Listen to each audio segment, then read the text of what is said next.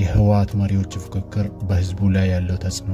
አሁን ባለው ሁኔታ ህወሓት የደብረ ጽዮንና የጌታቸው ህወሓት በመባል ለሁለት ተከፍሏል። ህወሓት ከጅምሩ ለህዝቡ ደንታ ባይኖረውም አሁን በእነርሱ መካከል በተፈጠረው ፍክክር ህዝቡን ወደ ሌላ ግጭትና ዋጋ መክፈል እያመራ ይገኛል። አቶ ጌታቸው ረዳ ከፕሪቶሪያው ስምምነት በኋላ ላለፉት 2 ዓመታት የትግራይ ክልልን ጊዜያዊ አስተዳደር በመሆን ሲያገለግል መቆየቱ ይታወሳል። ህወሓት በስልጣን ዘመኑ በሰዎች ህይወት ላይ ሲጫወት እንደኖረ ከለውጡ በኋላም በትግራይ መሽጎ ችግሮችን ሲፈጥር የብዙ ትግራይ ወጣቶች እልቂት እንዲሆን የሰው ንብረትና መሰረተ ልማቶች ውድመት ምክንያት ሆነዋል። እስካሁንም ህዝቡ ከተፈጠረበት ከዚህ ሁሉ ቀውስ ሳያገግም አሁንም በፉክክራቸው በህዝቡ ላይ ሌላ ጣጣ እያመጡበት ይገኛሉ።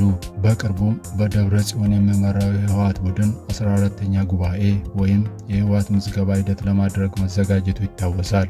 የትግራይ ክልል ጊዜያዊ አስተዳደር የሆነው ጌታቸው ረዳም በጉባኤው ላይ አልሳተፍም ማለቱም እንዲሁ የሚታወስ ሲሆን በዚህም የጌታቸውና የደብረ ጽዮን ቡድኖች ልዩነት ይበልጥ እንዲሰፋ ሆነዋል። በዛ የተነሳም ህዝቡን የአንዱ ጎራ የድጋፍ ሰልፍ አድርጉ ስል የሌላው ደግሞ አታዳርጉ በማለት እነርሱ በፈጠሩት ጎራ ህዝቡ ሰለባ እየሆነ ይገኛል። ህወሓት ችግሮችን ፈጥሮ ህዝቡን ሰለባ ማድረግ እንደለመደ አሁንም በፉክክሩ ህዝቡን ለግጭት እየዳረገ ይገኛል።